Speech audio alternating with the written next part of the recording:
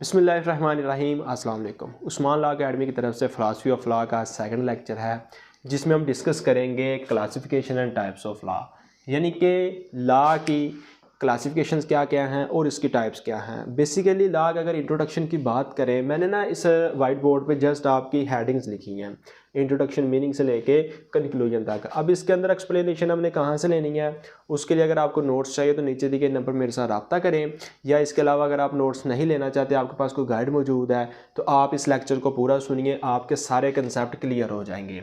सबसे पहले अगर मैं इंट्रोडक्शन की बात करूं कि classification of law, types of law में इंट्रोडक्शन क्या आता है, तो इसमें मैं बेसिकली इस चीज़ के ऊपर रोशनी डालूंगा कि इंट्रोडक्शन में ये चीज़ लिखी गई है कि लॉ की आज तक एक्सप्लेनेशन करना बहुत ही आसान है, बट इसकी डेफिनेशन करना बहुत ही मुश्किल है। मुख्तलिफ जूरिस्ट ने इसकी मुख्तलिफ काइंड्स बताई हैं और मुख्तलिफ जूरिस्ट ने इसकी मुख्तलिफ किस्म की जो डेफिनेशन है वो भी हमारे साथ शेयर की हैं। तो इंट्रोडक्शन में ये चीज़ आ जाएगी कि लॉ की बेसिकली मेन जो है ना वो ये चार काइंड्स हैं: eternal law, natural law, divine law और पॉजिटिव लॉ। और जो पॉजिटिव लॉ है इसे कहते हैं man made law, Austin law भी कहा जाता है, इम्पेरेटिव लॉ भी कहा जाता है। अब इसके आगे मज़ीद जो है ना तकरीबन 12 काइंड्स उन्होंने दी हुई हैं, तो ये आप मिक्स करके इंट्रोडक्शन में लिख सकते हैं। उसके बाद मीनिंग ऑफ लॉ आ जाता है: law is a body of rules promulgated by government, यानी कि लॉ जो है वो बॉडी ऑफ रूल्स होता है जो गवर्नमेंट प्रोमलगेट करती है। डेफिनेशन आ जाएगी, डेफिनेशन के आप लिख सकते हैं कि law is a set of rules, यानी लॉ जो है वो रूल्स का सेट होता है जो कि गवर्नमेंट इन्फोर्स करती है और कंट्री के अंदर एग्जीक्यूट करवाती है। उसके बाद इसकी स्कोप की अगर बात करें तो स्कोप के अंदर जो है ना हमें देखने को मिलता है कि लॉ दुनिया की हर फील्ड के अंदर पाया जाता है। अगर आप मेडिकल की बात करें उसके अंदर भी लॉ का कहीं ना कहीं इस्तेमाल ज़रूर होता है। अगर आप साइंस के किसी फील्ड की बात करें उसके अंदर भी असूल ज़वाबित होते हैं। इट मीन्स कि माशरे को बेहतर बनाने के लिए जो सबसे ज़्यादा अच्छा एलिमेंट होता है वो क्या होता है, वो लॉ होता है। और इसकी स्कोप क्या है, बहुत ही वाइड है, बड़ी वसी स्कोप है इसकी। आगे उसकी काइंड्स आ जाती हैं। अब जो हमारा मेन क्वेश्चन है वो यहाँ से स्टार्ट होता है काइंड्स ऑफ लॉ से। इसमें सबसे पहले इटर्नल लॉ आता है। इटर्नल का लफ्जी मतलब होता है अबदी, अबदी मतलब हमेशा। अगर इसके एक्सप्लेनेशन की तरफ जाऊं तो मैं आपको सादा अल्फाज में ये बताऊंगा कि इटर्नल लॉ से मुराद एक ऐसा कानून होता है जिस कानून के अंदर हमें पता चलता है कि जब से ये कायनात बनी है, जब से ये यूनिवर्स अल्लाह ताला ने बनाई है, तब से एक कानून मौजूद है, ठीक है। और वो सारे का सारा कानून कौन डील करता है, इटर्नल लॉ डील करता है। उसके बाद आगे आ जाता है नेचुरल लॉ। नेचुरल लॉ से मुराद कुदरती कानून।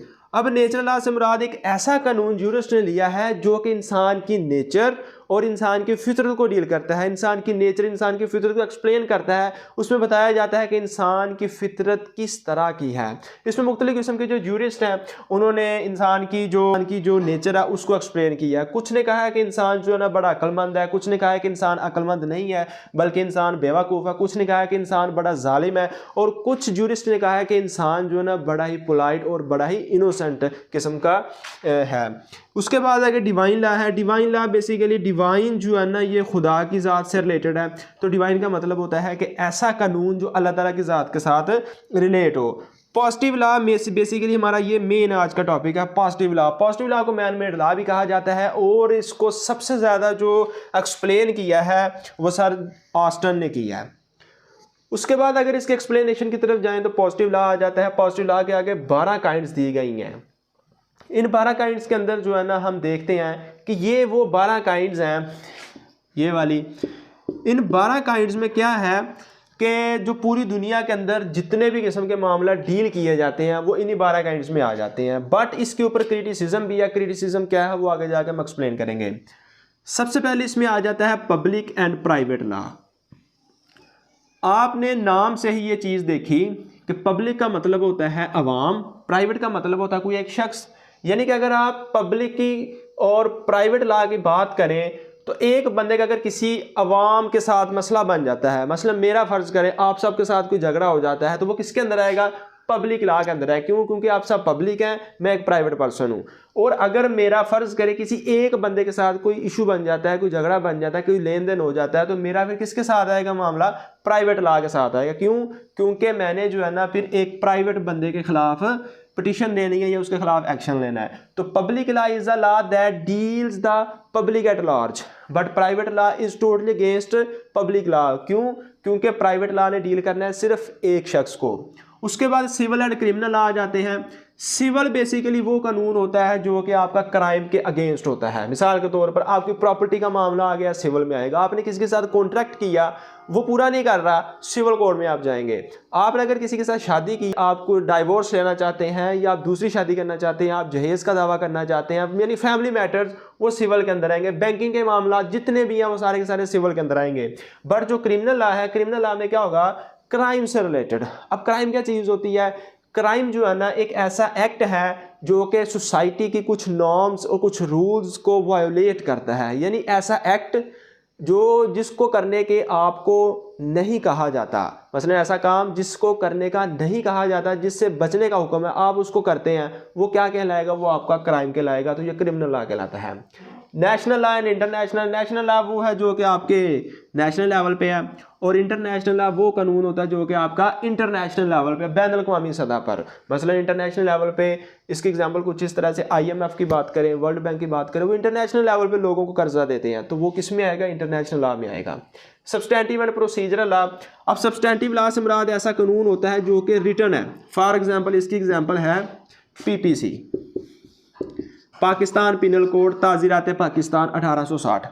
और प्रोसीजरल लॉ ऐसा कानून है जिसके अंदर प्रोसीजर बताया गया, जैसे CRPC, code of criminal procedure, CPC, code of civil procedure, यानी कि ऐसे कवानीन जो हमें रिटन फॉर्म में दिए गए हैं और प्रैक्टिकल करके बताए गए हैं कि ये जो मामला था इस तरह से डील किए जाएंगे। जैसे अगर किसी बंदे को पुलिस अरेस्ट कर लेती है तो पुलिस के ऊपर ये लागू होता है रूल कि वो विदिन 24 आवर्स, 24 घंटे के अंदर अंदर इलाका मजिस्ट्रेट के सामने उसको पेश करेगी। अगर नहीं करती तो वो क्या करती है? प्रोसीजरल लॉ और जो सब्सटेंटिव लॉ है इनकी खिलाफ वर्जी करती है। इसके साथ साथ जो हमारा कॉन्स्टिट्यूशन ऑफ पाकिस्तान 1973 है उसकी भी खिलाफ वर्जी करती है। Written law, unwritten law. ऐसा कानून जो कि हमें रिटन फॉर्म में मिल जाता है रिटन लॉ कहलाता है, और ऐसा कानून जो अनरिटन फॉर्म में लिखा हुआ नहीं है, for example common law. Common law Pakistan में चूंकि मौजूद नहीं है, ये इंग्लैंड में पाया जाता है, इंग्लैंड में पाया जाता है। Common and law of equity, ये बेसिकली थोड़ी सी ना जो लॉ की काइंड है ये डिफरेंट है। उसकी वजह क्या है कि पुराने दौर में होता कुछ इस तरह से था कि जब भी कोई बादशाह के सामने कोई ऐसा केस आता, कोई न्यू केस आ जाता और पहले से वो कानून मौजूद ना होता, तो बादशाह क्या करता कि उसके ऊपर अपनी अकल इस्तेमाल करके, अपनी राय दे के कानून बना देता। ठीक हो गया? और उसको क्या कहते हैं? लॉ ऑफ इक्विटी कहते हैं। अब चूंकि ये हमने इसकी कुछ काइंड्स पढ़ी हैं, अब इसके ऊपर क्रिटिसिज्म भी जो है ना वो भी मौजूद है। क्रिटिसिज्म क्या है? क्रिटिसिज्म में ये चीज़ डिस्कस की गई है कि कुछ ऐसे भी कवानीन हैं जो कि इनके अंदर नहीं पाए जाते, वो क्रिटिसिज्म कहलाते हैं। ठीक है? और उसके बाद कंक्लूजन आ जाता है। कंक्लूजन मैंने आपको बताया एंडिंग लाइन है। जब आपने पूरा क्वेश्चन लिखना है उसकी आपने 4 से 5 मेन जो लाइनें हैं वो यहाँ पे आपने कंक्लूड कर देनी है, तो इट मीन्स कि आपका कंक्लूजन हो गया।